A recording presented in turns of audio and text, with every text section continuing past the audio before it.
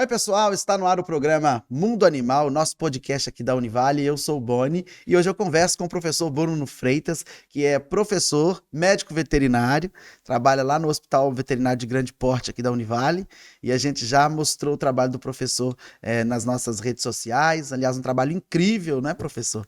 Fala Isso um pouquinho aí. pra gente sobre essa luta sua aí diária, porque a gente percebe, pessoal, que o Hospital Veterinário, ele funciona como um hospital comum, ele tem plantão. Eu tenho visto lá na rede social, é isso mesmo? Isso aí, nós contamos com uma equipe, né, de médicos veterinários e também auxiliares que são responsáveis por esses animais, e o hospital ele funciona 24 horas. Então é semelhante mesmo a um hospital humano. E dentro do hospital, cada médico veterinário possui a sua função, a sua especialidade, né? Igual, por exemplo, a minha especialidade é atuar como cirurgião dentro do hospital. Isso não significa que eu não faço clínica também, que eu também sou apaixonado por clínica. Mas tem os médicos veterinários lá no hospital, que são os clínicos, os anestesistas, e tem os auxiliares que funcionam como se fosse um enfermeiro, tá? Que cuidam desses pacientes. E nós servimos, né, toda a sociedade, a região de Governador Valadares, para ofertar essa demanda, né, para atender esses animais independente do horário, entendeu? Para o pessoal de casa entender, qual a diferença da clínica para o anestesista, para o médico cirurgião? Então, o clínico, eu até falo que o cirurgião ele tem que ser um bom clínico, para ele entender qual que é o momento adequado para ele levar esse animal para a mesa de cirurgia, sabe?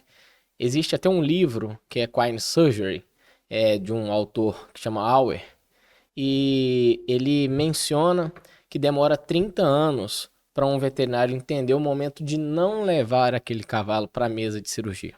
Então demanda uma certa experiência. Então o cirurgião ele tem que entender sobre a clínica do cavalo? Sim. A clínica é quando o cavalo você resolve sem um ato cirúrgico, sem precisar de fazer uma interferência manual naquele órgão, entende? A clínica a gente resolve com medicamentos, fluidos, são dessa forma que a gente consegue elucidar. O anestesista, ele é o especialista responsável pela vida do animal durante o ato cirúrgico, dentro de um centro cirúrgico ou até mesmo sem ser dentro desse centro cirúrgico. Então, o médico veterinário anestesista, a gente até costuma brincar que ele é o mal necessário na vida do cirurgião, porque é uma briga. Quando o anestesista quer uma pressão excelente alta, o cirurgião já não quer uma pressão alta porque ele acaba sangrando. Mas é uma especialização maravilhosa, tá? E que demanda muito conhecimento fisiológico da espécie, principalmente o equino. O equino é a espécie mais difícil de ser anestesiada mediante a ventilação mecânica, por causa da sua anatomia e seu peso, entendeu? Tá. Então, essas especializações, elas são fundamentais para nós entregarmos um paciente de forma adequada, entendeu? Se começar na clínica e até no ato cirúrgico, entendeu? Para ser entregue depois no pós-operatório para o proprietário. Então é necessário todas essas especializações. E dentro das especializações clínicas ainda, temos ortopedistas, temos os cardiologistas, os gastroenterologistas, entendeu? Então são diversas áreas hoje que a medicina veterinária tem se especializado para poder ofertar a melhor coisa para o paciente, entendeu? Olha, bacana demais. E o objetivo desse programa nosso aqui, do Mundo Animal, desse podcast, é justamente falar um pouco sobre o animal de grande porte. A gente vai Uhum. começar com o animal de grande porte, então a gente vai ter o professor Bruno aqui durante muito tempo. Eu quero falar do casco até a crina, professor, do sistema circulatório até o sistema nervoso central, tudo. A gente vai falar de tudo aqui. Show de bola. Inclusive, seu Boni, hoje tivemos aula com os alunos do sétimo período e acho que foi feliz essa aula, dizer assim, mediante ao fato de eu ter dissecado praticamente um animal inteiro. Era um potrinho pequeno e fui mostrando todos os órgãos, as anatomias, as particularidades que o equino apresenta, entendeu? Então hoje os alunos tiveram a oportunidade de vivenciar a anatomia que eu falo in situ, entendeu? Ali, ó, olho no olho, para entender e para se tornar o melhor médico veterinário, sendo ele clínico, anestesista ou cirurgião. Mediante essa dissecação, ocorre diversas conversas que nós falamos durante as aulas, mostrando, olha, por causa disso, que é assim, por causa disso, que é outro, entendeu? Então, assim, foi uma aula muito interessante hoje. Começando igual você falou, lá do rabinho até na cabeça do cavalo, até no casco, falando tudo sobre cavalo. Ô, pessoal, e o mais bacana de conversar com o professor Bruno é que cada pergunta que a gente faz, ele dá uma aula pra gente, entendeu? Recentemente nós fizemos um documentário lá, e esse documentário era para ter começado por volta de 5 horas da madrugada, né? Mas eu cheguei um pouco atrasado, mas consegui pegar. Deu mais ou menos uns 15 minutos de documentário, e aí a gente colocou esse documentário no YouTube, porque nós não colocamos censura, ou seja, as imagens estão exatamente como elas são, não tem nenhum desfoco, nada, porque o objetivo do documentário é usá-lo para estudo. Porém, não podemos passá-lo aqui na televisão, porque tem toda a questão de censura de imagem, nós não podemos colocar a imagem aqui. Mas nesse documentário a gente mostrou o professor Bruno trabalhando em uma desobstrução intestinal, porque o animal sofria de cólica. Sim. A maioria das cólicas que nós temos são provocadas por obstrução intestinal. E isso é oriundo devido ao manejo de nós, seres humanos, né? O cavalo é um animal andarilho, ele come em torno de 18 a 20 horas por dia, e ele come gramínea.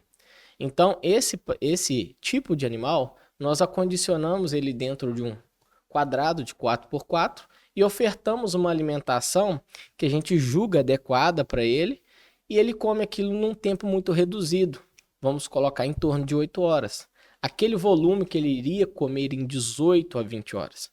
Então, acaba que se não tiver em perfeita sincronia, dentição, ingestão de água adequada, o alimento adequado, o alimento de excelente qualidade, acaba culminando em algumas obstruções intestinais. Trava o intestino.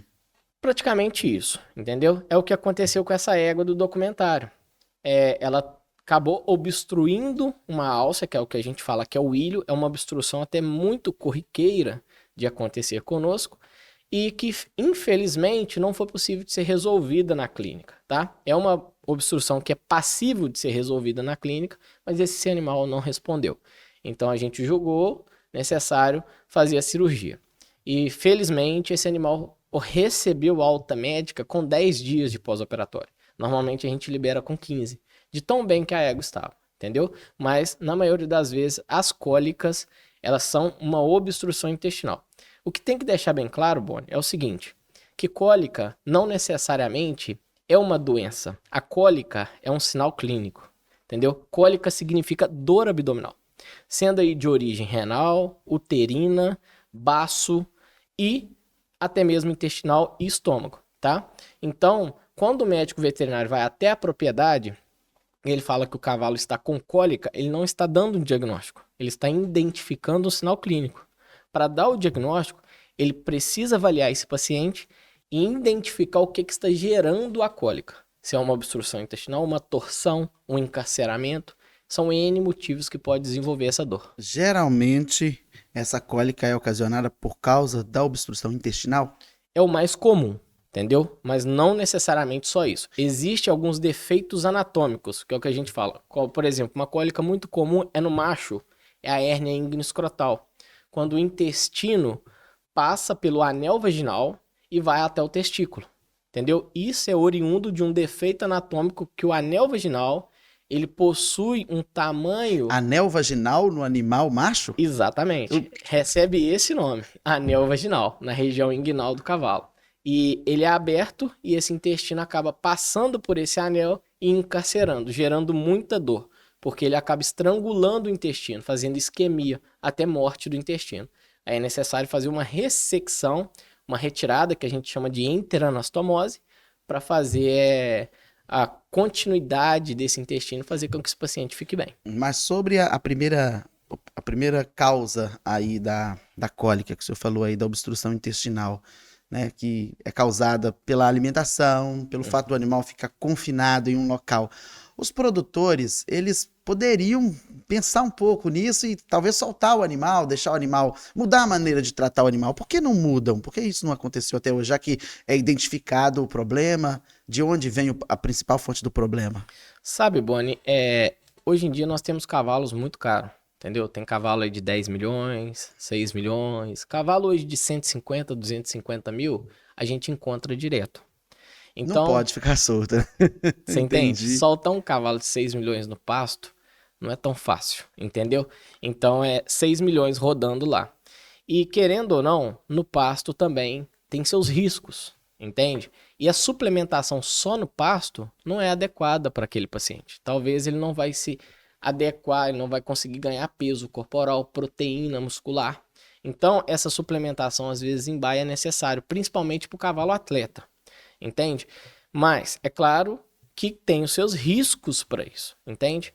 E tem os seus manejos. O que eu vejo de maior dificuldade, o maior problema em relação à alimentação do cavalo é a alimentação inadequada. Como, por exemplo, silagem. Silagem não é a alimentação adequada para cavalo, mas eu vejo que é uma alternativa de alimentação para cavalo. Por que eu falo isso? Hoje, nós temos muita população de cavalos, entendeu? Até talvez julgaria, não sei se seria correto, de dizer um descontrole populacional de cavalo, tá? Por quê? Vem nascendo potros e potros e potros, e infelizmente nós não vamos conseguir produzir alimento, ou seja, o adequado, o feno de tifto, vamos dizer assim, ou de alfafa, aquele feno de boa qualidade, para todos os animais. E a alternativa que nós temos, infelizmente, é a silagem. Deixando bem claro para todos que a silagem não é a alimentação adequada para cavalo, mas ela acaba sendo uma alternativa por causa do número de cavalos que nós temos, entendeu? Porque senão os animais vão morrer de fome, entende? Então, ter um pouco é difícil dosar a água e o fubá, entende? Então, acaba tendo esses problemas.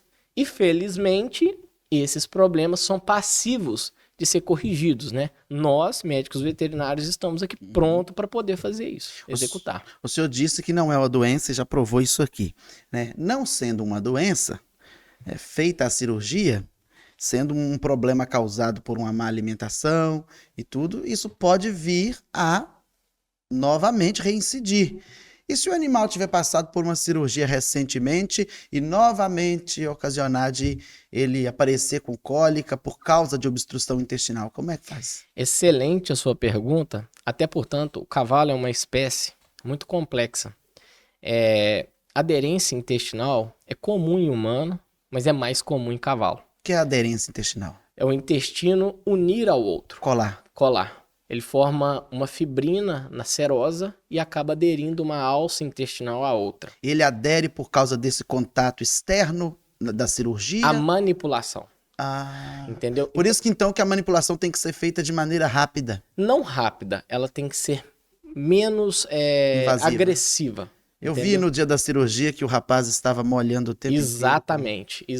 Se eu tenho aquele intestino sofrendo agressão na serosa, a chance dele inflamar, dele gerar alguma lesão e aderir a uma outra alça intestinal, isso vai gerar algum problema de cólica, entende? Mas um cavalo que ocorre e é operado, ele tem sim chance de desenvolver quadro de cólica de novo, sem dúvida. E por isso que a gente preconiza 15 dias de pós-operatório dentro do hospital. Por quê? Porque esse é o período que normalmente aparecem as aderências. Esses 15 dias não surgiram da nossa cabeça, foram pesquisas feitas por outras pessoas, outros autores, e que constaram que dentro do período até 15 dias, as aderências que causam problemas, certamente elas vão aparecer. Um cavalo que normalmente culmina por um quadro de hérnia escrotal, ele tem uma chance enorme de desenvolver aderência intestinal, entendeu? Porque eu tive que fazer uma ressecção intestinal e aquilo ali gerou uma lesão. Aquela lesão, ela vai sofrer um processo inflamatório e que pode aderir a uma outra alça intestinal e gerar dor no paciente, entendeu?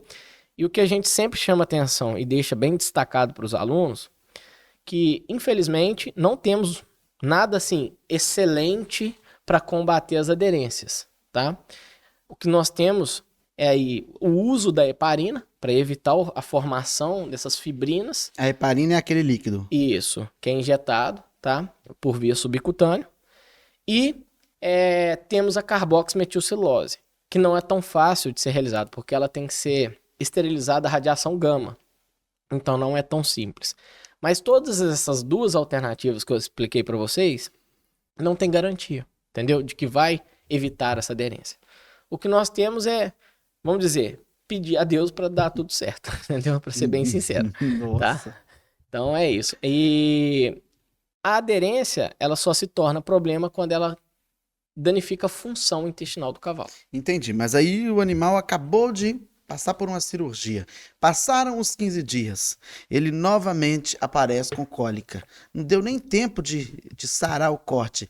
Pode fazer, porque eu percebi no documentário, quem quiser assistir, pessoal, está no YouTube, tá? É só entrar no YouTube da Univale TV, a gente coloca aqui no rodapé para você acompanhar lá, entrar no YouTube e acompanhar. Lá tem detalhadamente, no início de fazer a sutura, na hora de fazer a sutura, o senhor faz a costura do músculo.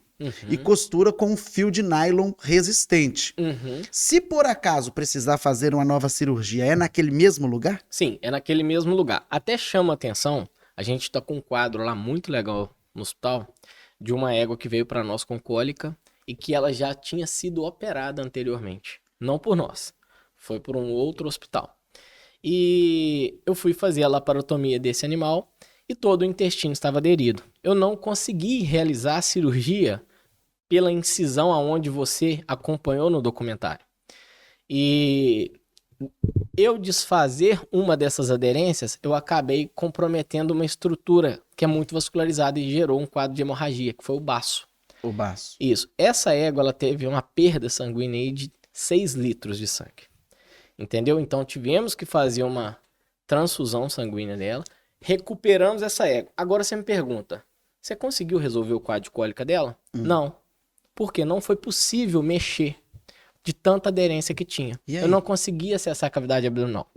Levantei a égua, retirei o gás que tinha e esperei.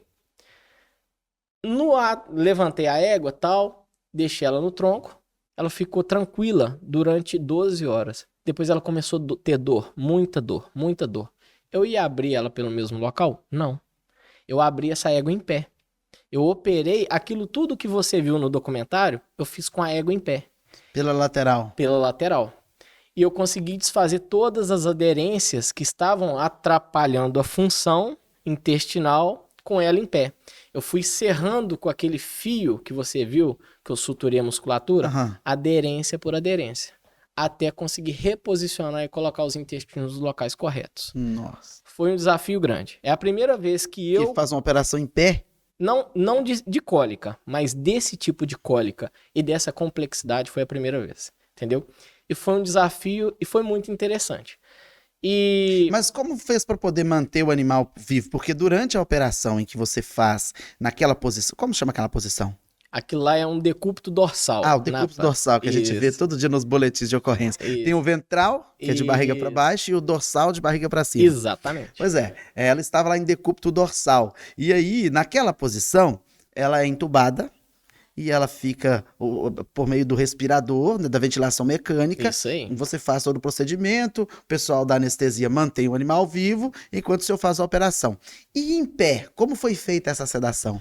Então, é só exatamente o que você acabou de dizer, uma sedação. O que é dentro do bloco é uma anestesia geral. Existe uma diferença muito grande, entendeu? A sedação, o animal tem uma baixa analgesia, entendeu? Na anestesia geral, o animal tem totalmente inconsciência do que está acontecendo. Ali na sedação, ele tem completa consciência do que está acontecendo, mas ele está com uma baixa analgesia. E com isso, fazemos a analgesia com bloqueios locais, com anestésicos locais. Então foi feita uma sedação, o animal fica tranquilinho, como se ele tivesse sonolento, tal, mas fica em pé, ele consegue se manter em pé. E é feita uma infusão contínua pela veia com esse anestésico, que é o alfa-2 agonista, que nesse animal a gente usou a detomidina, tá? E com isso conseguimos executar essa cirurgia. Era uma aderência, Boni, de, sim, uma grossura de 3 dedos. E a gente ia serrando aderência por aderência. Como é essa aderência? É um intestino colado no outro? Como é? Então, nesse animal específico, parecia uma corda de violão. Desse tamanho, que era aderência, esticada. Dobrando o intestino e impedindo o trânsito intestinal do bolo alimentar. E esse material, ele é formado por quê?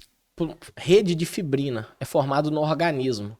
Existe um negócio que chama aumento no cavalo, entendeu? Esse aumento, ele funciona como se fosse uma band-aid natural no cavalo.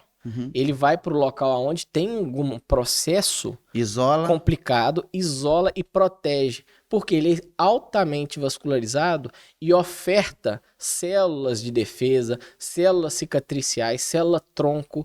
E o problema desse aumento é que ele funciona como uma band-aid natural, a band-aid cola. Então o aumento também cola, entendeu? Então o aumento no cavalo, às vezes ele é um problema. E às vezes na cirurgia de cólica, eu acabo fazendo uma aumentectomia, que é a retirada desse aumento, entendeu? Para evitar essa aderência. E como você identifica o aumento? Como Olha, ele é identificado?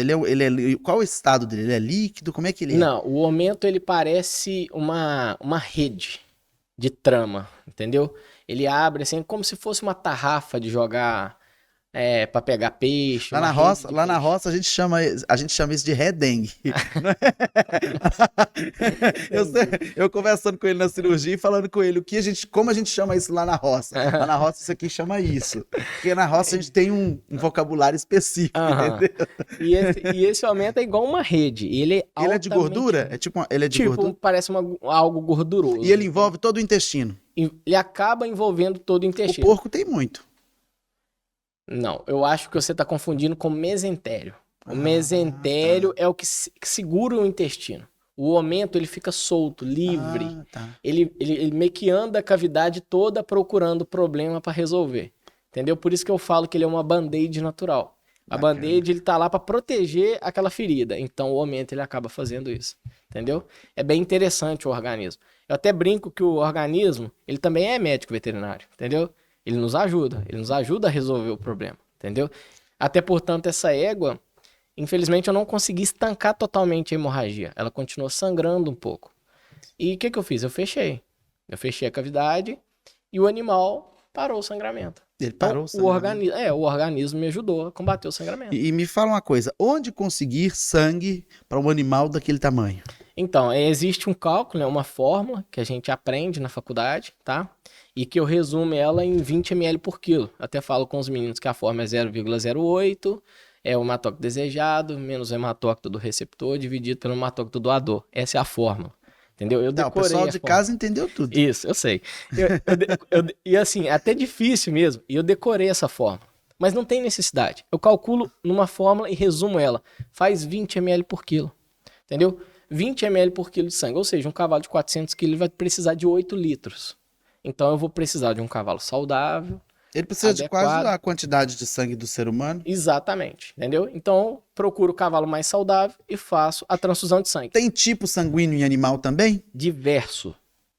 É igual em diversos. ser humano? É igual em ser humano, mas só que o cavalo, a tipagem sanguínea é muito maior.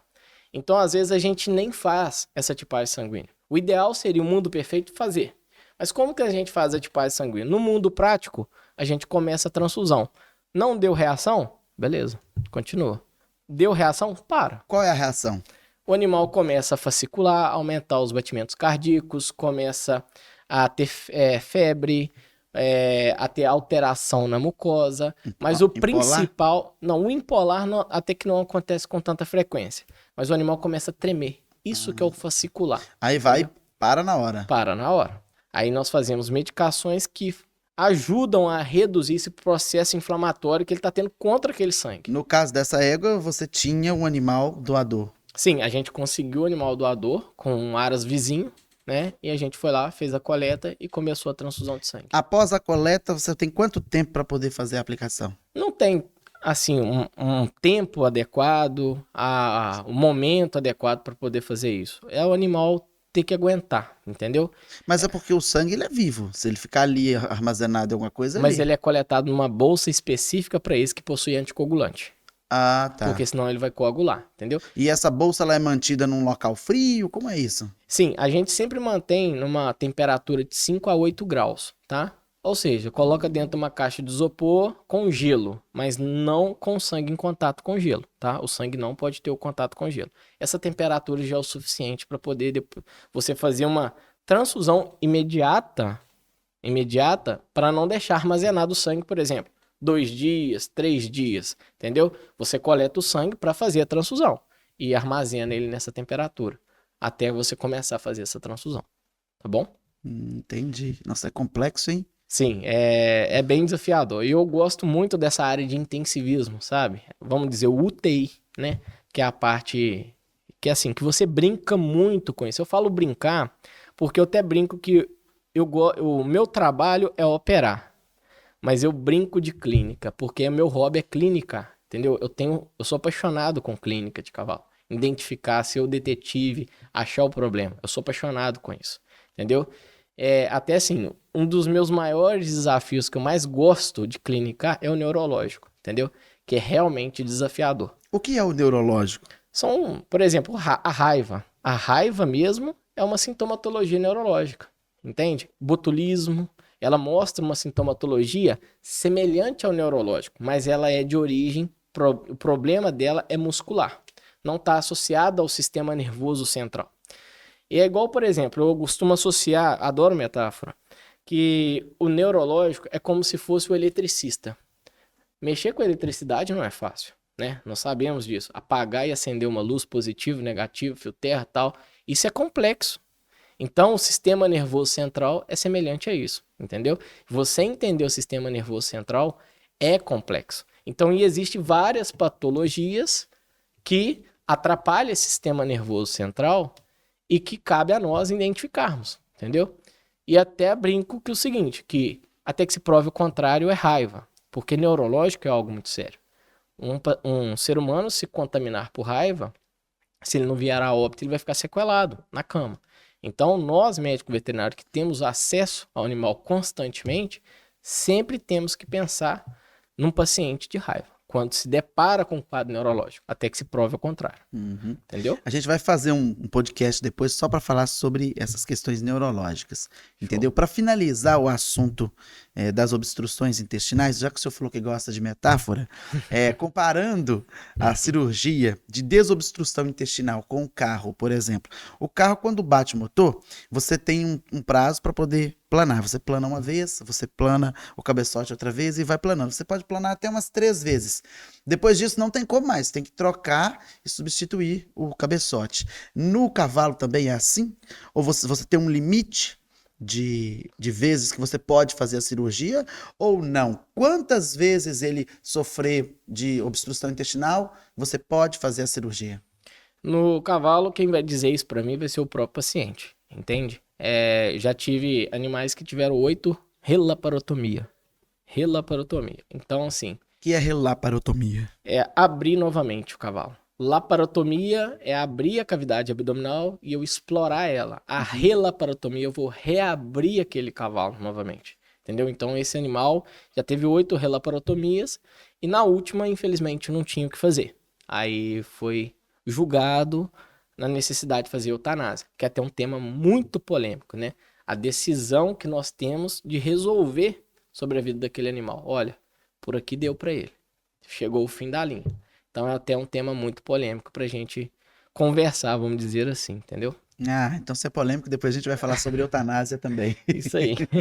Vamos falar sobre eutanásia, mas em breve a gente vai falar sobre casqueamento de animal, doença do casco. Eu gosto disso, de falar desse tema, eu te falei já, né? Sim, sim, Eu sim. sou encantado com casco de animal, de cavalo, então, nossa, eu acho incrível. A podologia equina, ela é maravilhosa e o cavalo, ele tá ali sobre ele, né? Então, vamos dizer, ele é fundamental. E se não tiver totalmente perfeito, alinhado, o cavalo não apresenta o seu desempenho adequado por causa do casco, entendeu?